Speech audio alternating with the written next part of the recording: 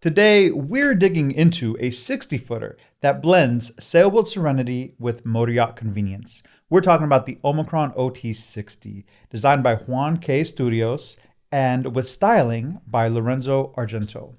This is the Southern Boating and Yachting Podcast. I'm Ian Sneed. I'm James Anderson. And I'm excited to talk about this vessel. Even though I didn't get to see it at Flibs, I'm excited about it. First off, before we get started, don't forget to smash that like button. Give us a thumb up, subscribe, do whatever you got to do, and share this video with your friends, because this is a boat I am fully on board with. Yeah, absolutely. Like, the more you look at the design elements, not just the exterior, but interior, the more you fall in love with the vessel. No, it really is. From the design to its practicality, everything around this boat is really unique. Very cool. I think this boat has got a lot going for it. I think it's going to win a lot of people over. The thing that I'm most impressed with is the range on this boat. I mean, this is a true cruiser. They say at 8 knots with the version that was at Flibs, which is the two 150 horsepower diesels, can do 1,000 nautical miles. Which is incredible. That is impressive. Now, let's run over some of the specs real quick. So a few of the specs. Length overall is 60 feet 4 inches. The beam is 19 feet 9 inches. And one of my favorite pieces, the draft is only 2 feet 10 inches.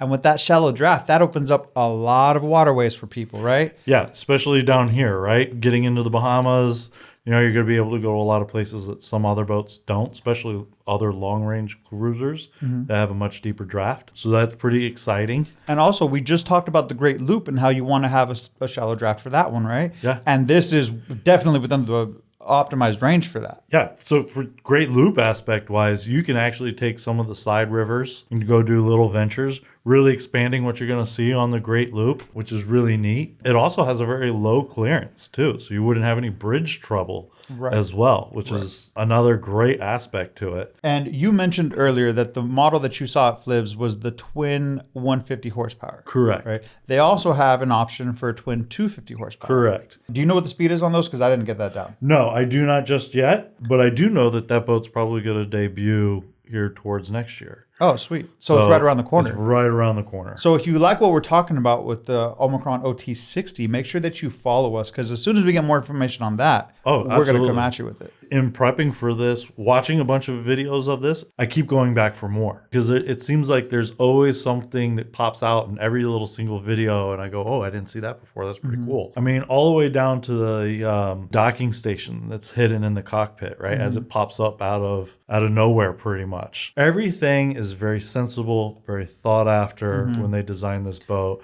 Very, very practical. The cockpit being able to be enclosed with isinglass and stuff like that. It's just really just another thought, right? Because if you're going to be a true cruiser, you're going to have to be ready for every type of weather condition. So enclosing the cockpit gives you additional floor space inside, basically, that you can heat and or air conditioning. Talking about that practicality that they have designed into it, one of the things that I took notes on was the construction, right? The vacuum-infused hull, carbon fiber in the superstructure, which cuts weight up high and it boosts stability, which means you're going to have composure, efficiency, and owner-friendly handling, which is, I think, as you're saying, important, because no matter what the weather is, you know that you want to be able to trust your vessel, that you're going to be able to handle the seas, and this vessel is made for both of those things, to give you that trust and ability to handle properly. Not just that, making you comfortable. The stability is a comfort feature as well. There's a lot that goes into this boat. It has won a ton of awards already. I expect it to probably continue winning awards. But even down to the way that the hull is designed is unique to this vessel. Right? Again, more sailing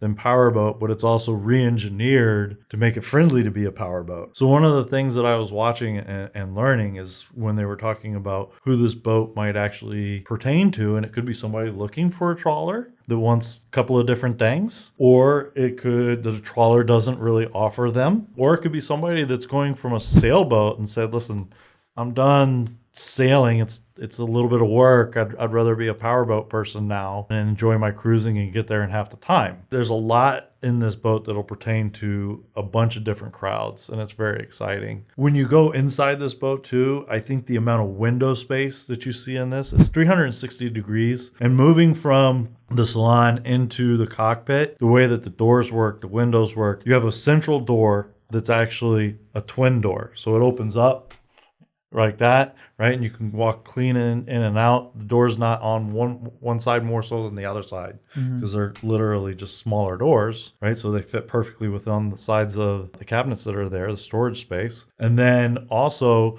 the windows also lift up with gas struts. And then some of the other windows are opening as well. You can develop a lot of cross breeze in this boat. And what I found interesting is they talked about this boat is designed so you wouldn't have to run the air conditioning that much in creating those cross breezes. Let's face it, even when it's really hot down here, but you're on the water and there's a breeze, it's not as bad. Right. But actually, it's much more comfortable than I think a lot of people would assume if they haven't experienced it. And then just moving throughout the boat, it's very airy feeling. The use of natural light throughout this vessel is just, it's unbelievable because every cabin has some way of getting natural light and a cross breeze through it. From the owner's suite all the way down to all the cabins. There's a way to get some fresh air in each and every single one of them and some natural light as well. Whether it be overhead, a whole window, or both, it's getting flooded with natural light, which is really important. I think what makes me so excited about this boat is the fact that it's what I like in a trawler, but a very modern Scandinavian style look. Now, it's not a Scandinavian boat either. This boat's built in Greece, but it's that nice, airy, open feeling, the proper use of space,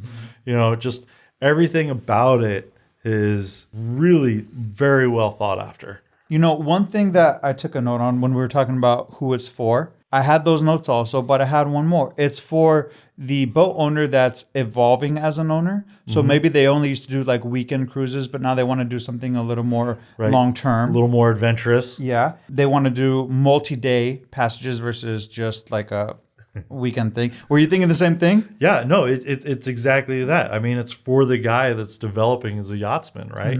He's looking, okay, now I've done a couple of weekend cruises. Let's go for a week or 2 weeks or 3 weeks. And this boat could grow with them. And it's still at the size that it can be easily owner operated. I have some comparisons for it, right? Because if you're shopping in this size vessel, you're probably looking at two different types of categories. So the first one is comparing it to like a faster sports cruiser. Now, the OT60, which you get instead of speed, is the Serenity, better fuel burn. You also get that extended range, so you can go further at any given time versus just the speed that you would get with the faster sport cruiser, right?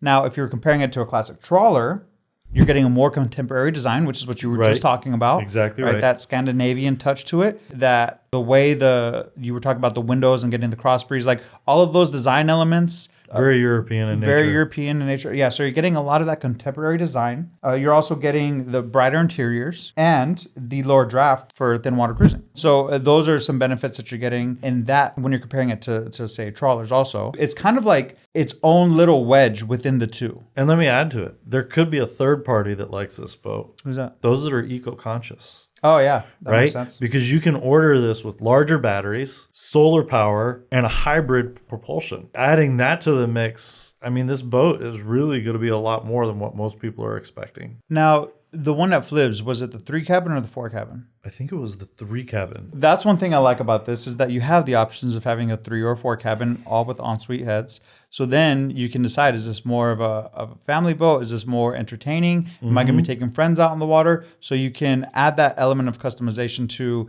how you want to experience this vessel, which I thought was very thoughtful. Exactly right. I mean, they're putting so much into this, just the unique look of it, that contemporary design, the sailing aspects that go into it, like the bow. You look at the bow and where the anchor's positioned, and you just go, well, that's like a sailing boat. Well, yeah, exactly. That's where they came up with it, I believe. But also the functionality of it, because that anchor hangs so far off the bow, you're never going to damage anything, really. Right. I think the more people get on this vessel, the more these are going to sell. It's one of those, it just comes across that way where it's like, once you're there, you're like, oh, I'm not going anywhere else. Yeah. That's the vibe it gives. You walk past this one and kind of go, that's it. Right? You walk in it and you definitely will be like, I'm done. Yeah. Now, this is not a promoted video. Let me just No, by any means. No, not at all. Like, no one paid us to say these things. This is just our opinion on the vessel. That's it for this episode. Until next time, I'm James Anderson. I'm Anthony. We'll see you next week.